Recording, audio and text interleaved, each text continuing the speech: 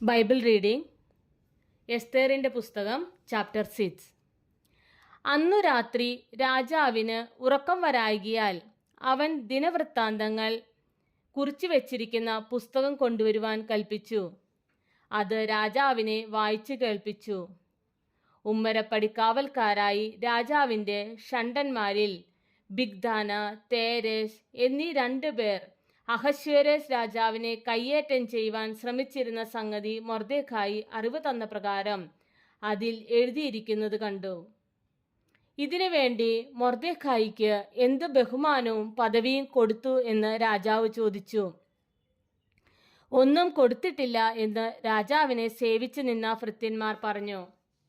പ്രാകാരത്തിൽ ആരുള്ളൂ എന്ന് രാജാവ് ചോദിച്ചു.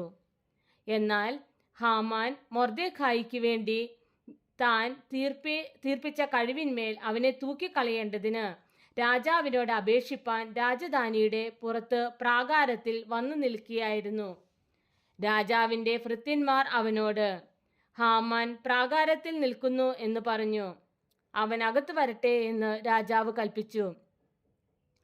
ഹാമാൻ അകത്ത് വന്നപ്പോൾ രാജാവ് അവനോട്, രാജാവ് ബഹുമാനിപ്പാൻ ഇച്ഛിക്കുന്ന പുരുഷന് എന്തെല്ലാമാകുന്നു ചെയ്തു കൊടുക്കേണ്ടത് എന്ന് ചോദിച്ചു. എന്നെയല്ലാതെ ആര് രാജാവ് ഇത്രയധികം ബഹുമാനിപ്പാൻ ഇച്ഛിക്കും എന്ന് ഹാമാൻ ഉള്ളുകൊണ്ട് വിചാരിച്ചു. ഹാമാൻ രാജാവിനോട്, രാജാവ് ബഹുമാനിപ്പാൻ ഇച്ഛിക്കുന്ന പുരുഷന് വേണ്ടി രാജാവ് ധരിച്ചു വരുന്ന രാജവസ്ത്രവും രാജാവ് കയറുന്ന കുതിരയും അവൻ്റെ തലയിൽ വെക്കുന്ന രാജകിരീടവും കൊണ്ടുവരട്ടെ. വസ്ത്രവും കുതിരയും രാജാവിൻ്റെ അതിശ്രേഷ്ഠ പ്രഭുക്കന്മാരിൽ ഒരുത്തൻ്റെ കയ്യിൽ ഏൽപ്പിക്കണം. രാജാവ് ബഹുമാനിപ്പാൻ ഇച്ഛിക്കുന്ന പുരുഷനെ ആ വസ്ത്രം ധരിപ്പിച്ച് കുതിരപ്പുറത്ത് കയറ്റി പട്ടണവീതിയിൽ കൂടെ കൊണ്ടു നടന്ന്, രാജാവ് ബഹുമാനിപ്പാൻ ഇച്ഛിക്കുന്ന പുരുഷന് ഇങ്ങനെ ചെയ്യും എന്ന് അവൻ്റെ മുമ്പിൽ വിളിച്ചു പറയണം എന്ന് പറഞ്ഞു. രാജാവ് ഹാമാനോട്, നീ വേഗം ചെന്ന് വസ്ത്രവും കുതിരയും നീ പറഞ്ഞതുപോലെ കൊണ്ടുവന്നു രാജാവിൻ്റെ വാതിൽക്കൽ ഇരിക്കുന്ന യഹൂദനായ മൊർദെഖായിക്ക് അങ്ങനെയൊക്കെയും ചെയ്യുക. നീ പറഞ്ഞതിലൊന്നും കുറച്ചു കളയരുത് എന്ന് കൽപ്പിച്ചു. അപ്പോൾ ഹാമാൻ വസ്ത്രവും കുതിരയും കൊണ്ടുവന്ന് മൊർദെഖായിയെ വസ്ത്രം ധരിപ്പിച്ച് കുതിരപ്പുറത്ത് കയറ്റി പട്ടണവീതിയിൽ കൂടെ കൊണ്ടു നടന്നു.